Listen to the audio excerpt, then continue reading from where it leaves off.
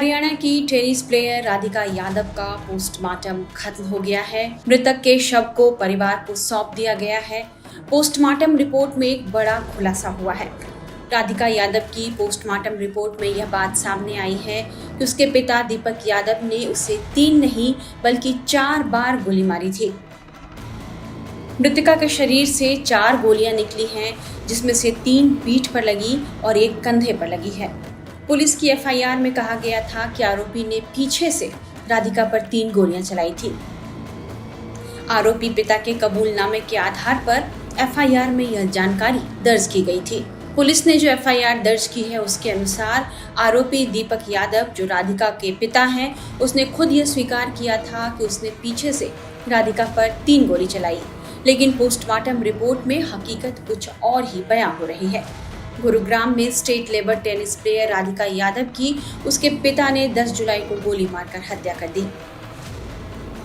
दीपक यादव ने पुलिस पूछताछ में अपना गुनाह कबूल किया है और उन्होंने ये बताया कि उसने लोगों के तानों से तंग आकर यह कदम उठाया।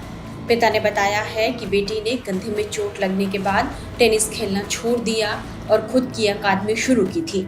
ऐसे में लोग उसे बेटी की कमाई पर जीने का ताना मारते थे। इसी बात से परेशान होकर उसने बेटी को गोली मार दी। हालांकि दीपक के रिश्तेदारों का कहना है कि ताना मारने वाली बात गलत है। दीपक ने बेटी को बढ़ाने के लिए बहुत मेहनत की थी। रिश्तेदारों का इस हत्याकांड को लेकर क्या कहना है, देखिए हमारे संवाददाता श्वेता श्रीवास्तव की ये रिपोर्ट।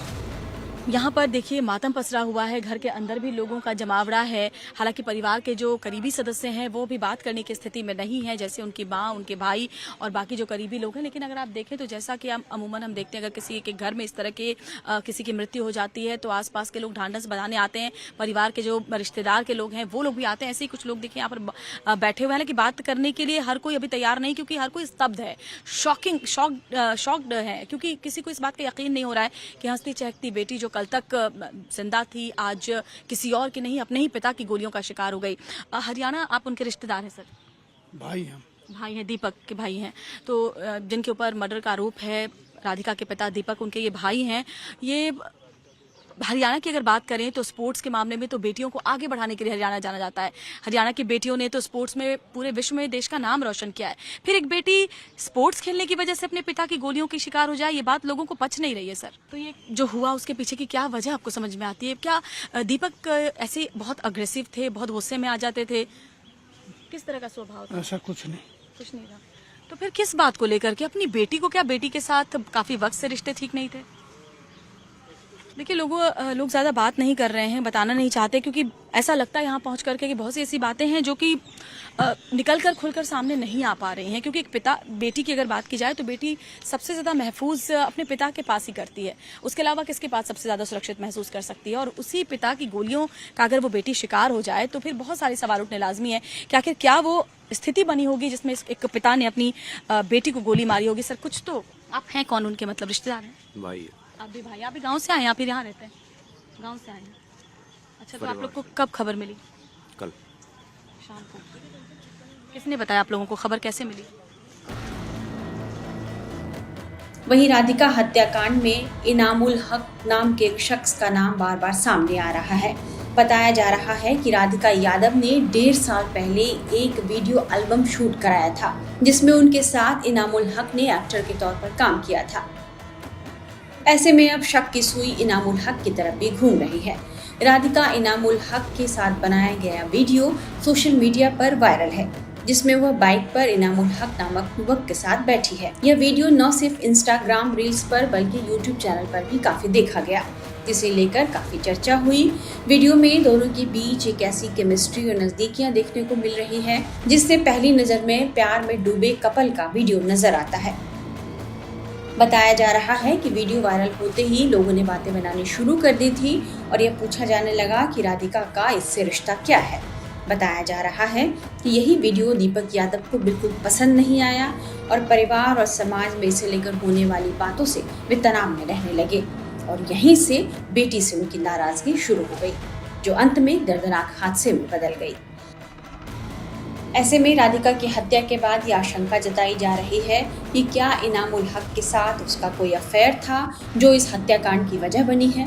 इस हत्याकांड पर खुद इनामुल हक ने हमारे संवाददाता अनुज मिश्रा से बातचीत की है। हम ये पूरी बातचीत आपको सुनाते हैं। इनामुल जी बोल रहे हैं? नाम बात कर रहा हूँ जी। जी जी बात कर रहा हूँ जी। इनाम जी, अनुज मिश्रा बोल रहा हूँ, टाइम्स नाउ से। जी। जी अनुज जी बताएं। सर, वो राधिका वाले केस के रिगार्डिंग बात कर रहा था।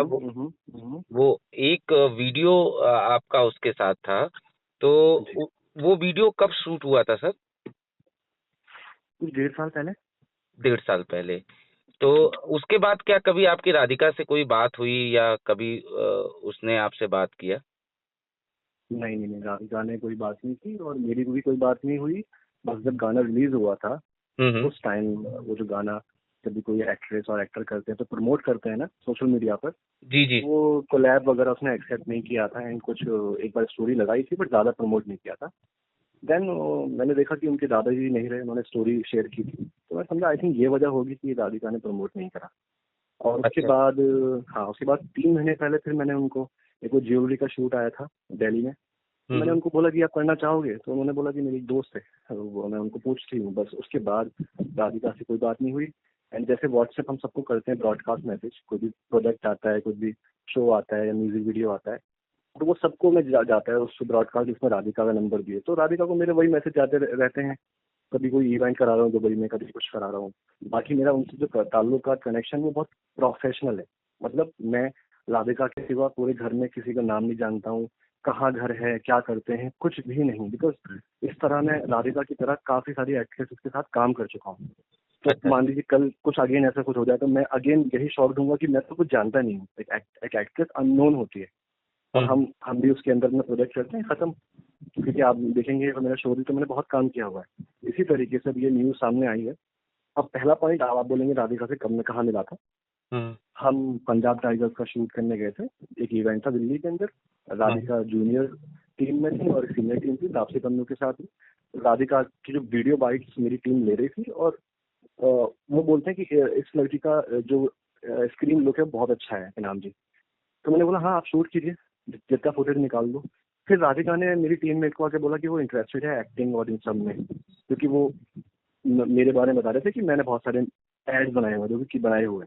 बोले इनाम जी से मैं बोलती हूँ कि आपको कुछ एक्टिंग में हो तो बताएंगे। तो मुझे बताया कि ये एक्टिंग में इंटरेस्टेड है, कुछ एड्स होते हैं, नाम भाई बताना इनको। मैंने बोला ठीक है मैं बताता हूँ कुछ होगा तो। फिर इस तरीके से हम जो लोग इवेंट करते हैं तो हर एक इवेंट के बाद हमको लोग फॉलो करते हैं इंस्टाग्राम पर, हम उनको फॉलो बैक भी करते हैं। आप भी अगर कल कोई इवेंट में जाएंगे तो आप नॉर्मली लोग कनेक्ट होते हैं सोशल मीडिया पर, तो हम कनेक्ट हो गए राइट।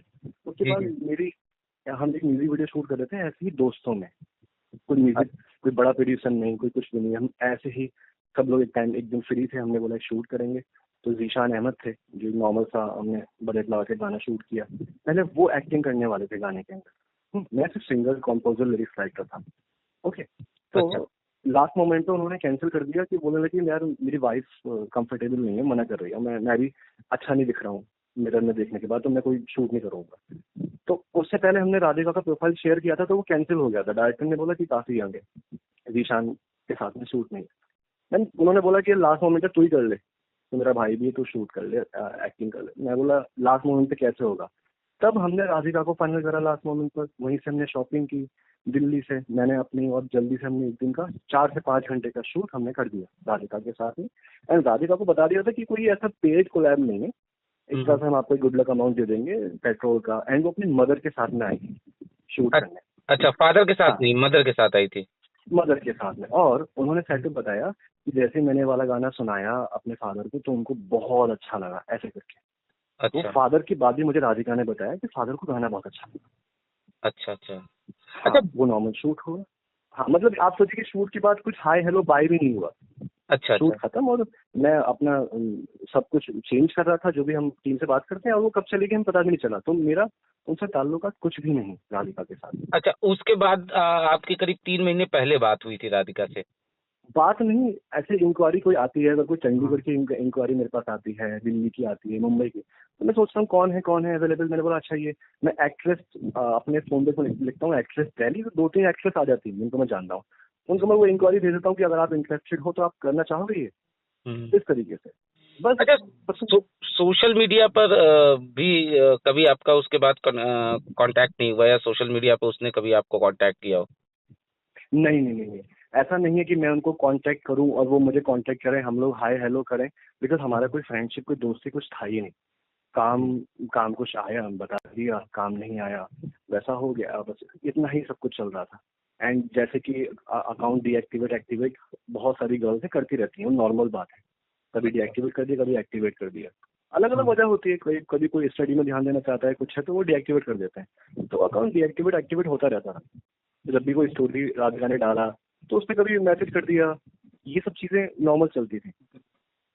अच्छा, कभी सोशल कभी आपकी शूटिंग के दौरान की अगर हम बात करें तो उसने फादर को लेकर कोई बात आपको बताई कि फादर को इस शूटिंग से आपत्ति है या नहीं है, कुछ इस तरीके की बात आपको? नहीं नहीं नहीं नहीं, वो तो उसमें और पॉजिटिव थी कि फादर को गाना बहुत अच्छा लगा एंड मुझे एक्टिंग में कुछ करना है, बिकॉज यू नो स्पोर्ट्स में जो भी स्ट्रगल है इंडिया में, या जो उसको लगता था कि इस लाइन में आया जाए मॉडलिंग या एक्टिंग इन सब में, क्योंकि आई थिंक आजकल बहुत लोग पावर ऑफ मीडिया है, हर कोई इस लाइन में आना चाहता है, तो आई थिंक उनकी ख्वाहिश थी कि आगे और भी काम करें। वो मुझसे ही नहीं, वो डायरेक्टर के साथ में भी और टीम में डीओपी कैमरामैन सबसे बातचीत हो रही थी, कुछ भी प्रोजेक्ट हो मुझे बताना लाइक दिस।